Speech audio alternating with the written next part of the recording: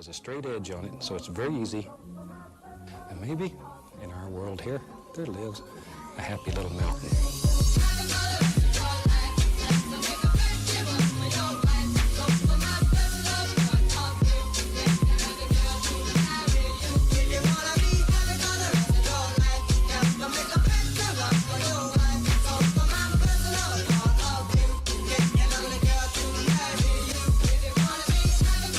Hello everyone, welcome back to my channel. If you are new here, my name is Caitlin and I upload a whole bunch of different types of videos on this channel, mainly surrounding true crime, sort of psychological experiment videos, as well as a little bit of lifestyle and uni related videos where I can. So today I am back with another one of my true crime videos, and today we're going to be talking about another family murder. Actually, I've had a couple of these on my channels in the past, and this one is going to be a discussion of the extremely strange circumstances, like the theory and the investigation behind the murders of the Dardeen family. So if you want to hear a little bit about the case, then keep on watching, as well as check out the description box if you want to know anything to do with what I'm wearing, as well as all of my social media links, and also a link to a fantastic online counselling website that I definitely recommend you guys check out if it's something that you've been looking into. It's called BetterHelp, so I'll have a link to that down below. And yes, we shall just get started with the case. The Dardeen family were made up of Russell Keith Dardeen and his wife Ruby Elaine Dardeen, who both preferred to be called by their middle names, that's what they went by, as well as their 2-year-old son, whose name was Peter. Their family were from a place called Mount Carmel, Illinois, but in the year 1986 they decided to buy a mobile home and move to a place called Ina in Illinois. Both of the parents worked, but in their spare time they took part in like a musical group as part of their local church, so they were both musically talented, musically gifted, and this is what they liked to do in their spare time. In the year 1987, so a year after they moved to Ina, they discovered that Elaine was actually pregnant with their second child, and so because of this it spurred a discussion amongst the couple as to whether they should move from where they were currently living. They'd already been having some sort of doubts and discussions about the safety of the area they were currently living in, because in the previous 2 years it kind of started to go a little bit downhill.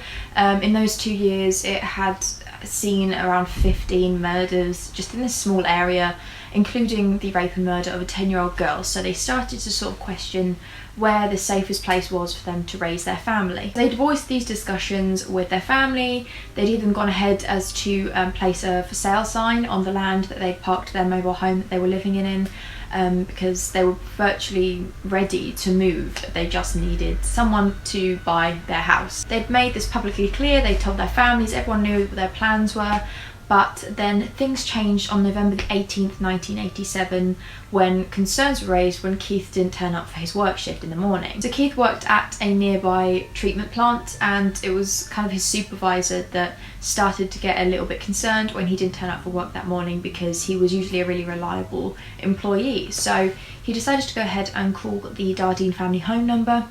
He got no response, and so after a little bit of time he waited, hoping to hear from them, and then he eventually called Keith's parents because he was just concerned that, you know, there was some sort of emergency that meant he couldn't make it into work that day. Neither of his parents were aware of what had happened to him. They said that there shouldn't be any reason for him not turning up for work, so obviously they all started getting a little bit concerned as to why he wasn't in work that morning. It was Keith's father, his name was Don. He called the local sheriff's department and he agreed to meet them outside the Dardeen family home because Don held the spare key to the home, so he said that he would meet them so they could go in and have a look around to see if there were any signs of where they were. But when the sheriff's department entered the house, they came across a heartbreaking scene where they came across the bodies of Elaine, Peter and a newborn baby girl. Each 3 of the bodies had been laying in bed and actually tucked in as though they were going to sleep, but there was still no sign of Keith. Both Elaine and the 2-year-old Peter had been beaten to death with what was later found to be a baseball bat that they found inside the home,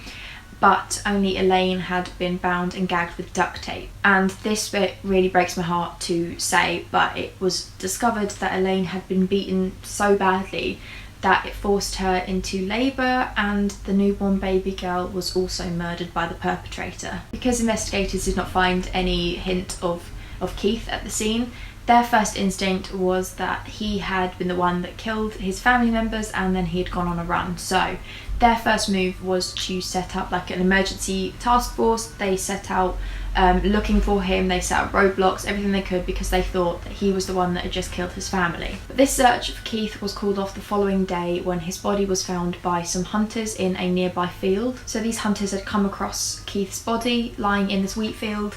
He had been shot 3 times and he also had his genitals cut off. They also later found his car. It was a 1981 red Plymouth car. It was parked outside the Benton police station, which was around 11 miles away from where his body was discovered. And the inside of his car had been absolutely covered in blood. This became a huge case in this area. It was such a big deal that all of these family members had been murdered. Not only had the couple been murdered, but also their toddler and the newborn baby.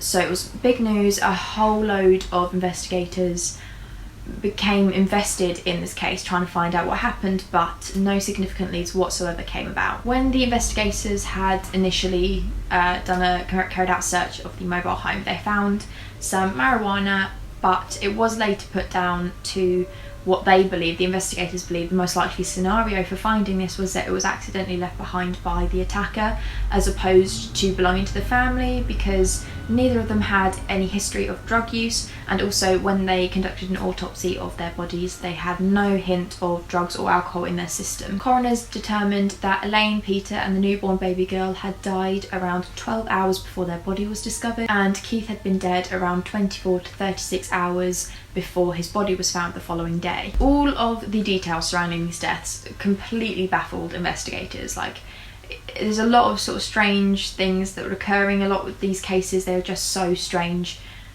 that you can't, I don't know, it's hard to find answers for them.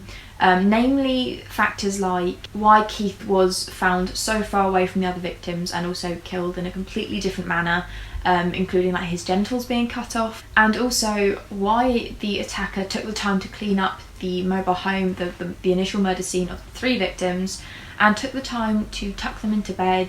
Like I said, they were just completely different sort of MOs with the first 3 murders and then the murder of Keith. So because of this complete difference in everything, every sort of factor in the case, investigators began to sort of wonder whether there was potentially more than one attacker, someone who had, you know, caught Keith and forced him to drive to a wheat field, or killed Keith and moved his body to the wheat field, and then someone else was in the mobile home killing the rest of the family members. So that was kind of a major possibility because it all just seemed so strange, sporadic for it to be one person. Another point to note is that it would have been very, very unlikely for one attacker to have been able to carry out Keith's murder in that wheat field without arousing some sort of suspicion, because there was a nearby interstate. It was literally so close to the wheat field that someone would have either heard something or seen something, even if they had just been driving past in their car. So that is another thing to note. There were no obvious motives for these attacks, so there was no sign of robbery or forced entry. There was no sign of just sort of brutal aggression or even a sexual element. There was nothing like that. So it seemed like there was no immediate reason to murder this family that had appeared straight away from this murder scene. So the next point of focus for investigators was to research whether there was any potential motive around like an affair, whether either Keith or Elaine had an affair and there was some sort of relation to that, but they found no sign of it. From what they could see and from what they found, they seemed like a really happy family and there was no sort of links to another party. Despite all of this, they continued along the route that none of these attacks had been random, that they'd been chosen. However, some argue that there was literally no reason for someone to target the Dardeen family, so a lot of people believe that it could have just potentially been a case of mistaken identity. However, none of these scenarios can be proven conclusively whatsoever. Keith's mother has since gone quite public in saying that she believed there was another reason that someone would have targeted Keith and his family. So she suggested things like potentially Keith could have been someone could have been trying to recruit Keith to sell drugs, and when he refused, someone lashed out and killed his family and him, or potentially someone was stalking Elaine and when she turned them down he became aggressive. So she said that there was some other reason, she believes, for someone to target the Dardeen family. But at this point, investigators have kind of exhausted every channel to try and find the perpetrator or any reason behind these attacks. At one point, investigators looked into the potential link with a serial killer who had been active at the time. He went by the name Rafael Ramirez, and he basically chose his victims after just hopping freight trains. He would travel across the country on freight trains and then just select random victims who were close to the train track. So they investigated this potential link. However, they were never able to specifically link him to the Dardeen family murders, and there wasn't enough sort of solid similarities between the other murders and the Dardeen family murders. However, a big break in the case came in the early 2000s when a serial killer, his name was Tommy Lee Sells, he confessed while he was awaiting trial for the murders of 2 girls in Texas.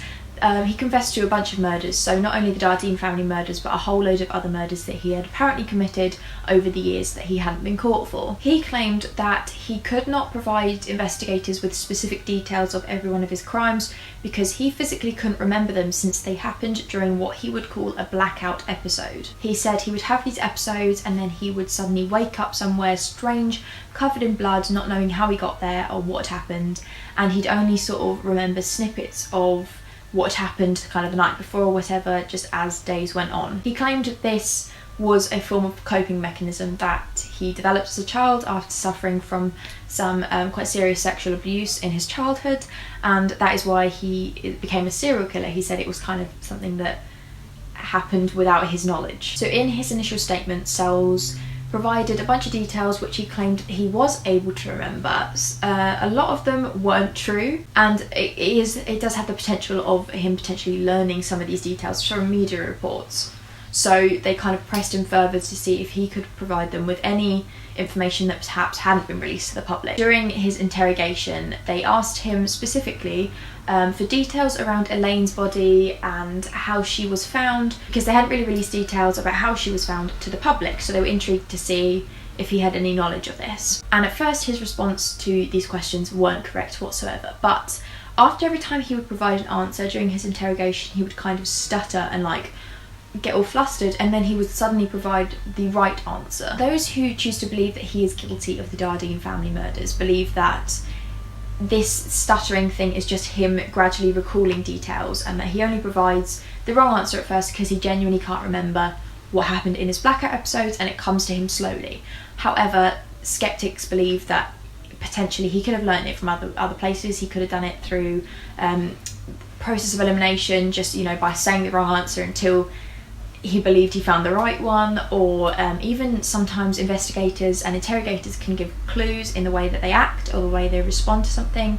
So it is potentially possible that he could have deducted the correct answers as he went along. One detail in particular that supports skeptics is he claimed that he had shot Keith in a specific seat in Keith's car, but when they obviously looked at the blood splatter patterns inside the car, it suggested something completely different. And then the strange sort of stories about how Sells happened to meet Keith kind of changed, and it was all very weird. So I'll go through some of the things he said. He kept changing his story.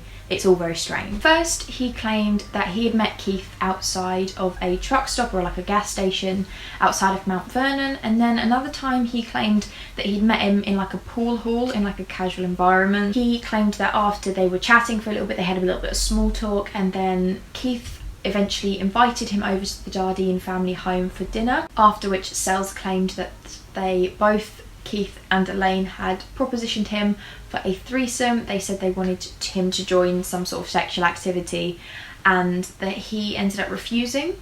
But because of this sexual proposition, it triggered something to do with his coping mechanism from the sexual abuse in his childhood, and he pulled out a gun and shot them. So in this particular scenario, he doesn't sort of specify which order he kind of completed the murders in. So either way, it just seems strange that either party wouldn't have alerted the police. So if he had held a gun to Keith's head and then forced him to drive to a field where he murdered him, it doesn't seem right that Elaine then wouldn't have been able to call the police. But if he had, bound and gagged Elaine first and killed her and the 2 kids, then Keith surely would have been able to get out of the situation. So there's a lot of questions around the pedantics, the specifications of that scenario I'm very doubtful of that personally. Another version of Sells's story was that he had been travelling on freight trains across the country when he got off at Ina, only to see the for sale sign outside of the Dardeen family home, which is when he then went off to get drunk, and he came back. He knocked on the Dardeen family door pretending to be interested in buying the house, so they let him in hopes of sort of talking business, which is when he then attacked. Many people, including myself, are very doubtful of these stories. Their families don't believe at all that Keith or Elaine would sort of go through that like sexual propositioning scenario, nor would they allow a stranger into their home that they just met. Like, neither of them would have done that because they have Peter, and obviously Elaine was pregnant, so people are very doubtful of either of those scenarios. I myself think that they could potentially be true, but there are too many gaps in the story for it to be completely credible. So after all these confessions came out and things, he was already on trial for the murder of a 13-year-old girl named Katie Harris, and he was then in 2014 put to death by lethal injection. So we have no way of knowing for sure whether these confessions were correct, or whether he had anything to do with any of the murders. He confessed to like 20 plus murders while waiting trial, but there are a lot of cases where these sort of people on death row inmates have made false claims because they wanted to take the glory in some sense for themselves. So there is no way, sadly, of knowing who killed the Dardeen family. Investigations are still underway, but there's only so much that they can do, really. So let me know what you think down below. I'll be really interested to hear your guys' theory on this one, because you always have such interesting discussions and I love being part of them. Personally, I am extremely doubtful of Sells's involvement. I think that he probably was guilty of a lot of the murders that he did confess to, but I think in this particular case there are too many holes in the theory. I don't know. Let me know what you think. Also leave me any sort of requests for cases you want me to do in future videos, and like I said in the description, I will have all of my information, all of my social media, a link to BetterHelp, the online counselling service, which you should definitely check out. And that's it from me. I hope you guys found it interesting, and I will see you guys soon for another video. Bye.